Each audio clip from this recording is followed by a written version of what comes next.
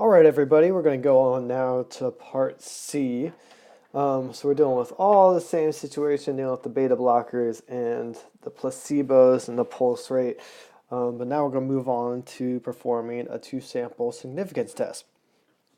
So part C says, suppose we want to test the hypothesis that beta blockers reduce mean pulse rate.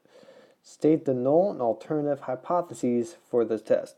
So in this context of this question, part C is just asking for that first part of the significance test, the hypotheses, and then we're going to do the last three parts of the significance test in part D.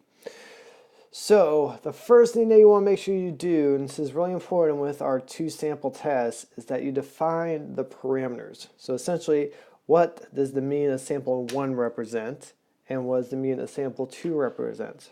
Because technically, you could flip these either way. You're going to get the same result. So it's important that you define which one's which. So that helps your interpretation, and then also if somebody's reading your results, they understand what sample mean 1 represents and what sample mean 2 represents in context with the problem.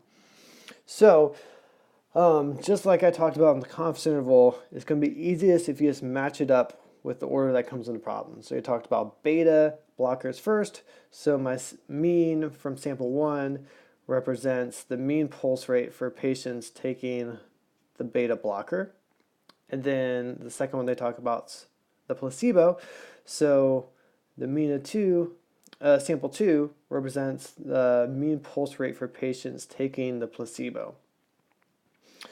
So then when I write out my hypothesis, my null hypothesis, just like the proportion, it's going to be the two different parameters subtracted from each other. So in this case, mean from sample for population 1 minus the mean from population 2, and just like the two proportion tests, most of the time this is going to come out to be 0 because it's a statement of no difference. If there's not a difference between the beta blockers and the placebo on the pulse rate, then the difference between those numbers is going to come out to 0. So that's what we're testing against. This null hypothesis, which is a statement of no difference.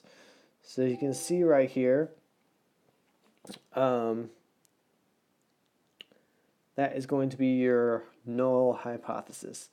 Then our alternative is going to have to be, we have to get that information from our problem. So it says we want to do a significance test to see if the beta blockers reduce mean pulse rate.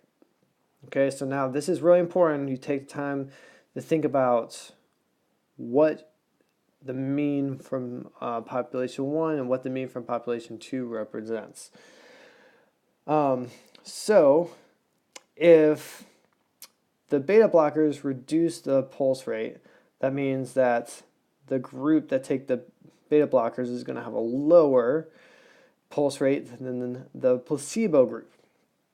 And remember, the beta group's number 1, the placebo group's number 2. So that means that if we subtract those, it's going to be less than 0 if it reduces it. So our alternative hypothesis is going to be less than 0. So that's how you'd write out your hypotheses. Something else that they're going to be looking for on the AP test is writing out what type of test you're about to perform. So we're dealing with a two-sample, because we have two samples for our mean, one-sided.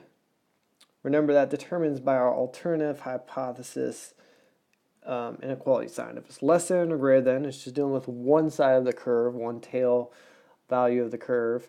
So it's going to be one-sided. And if it's not equal to, then it's going to be a two-sided test. And then you're going to say t-test or z-test, depending on if it's a proportion or mean. If it's a proportion, you're going to say z-test. If it's a mean, it's going to be a t-test.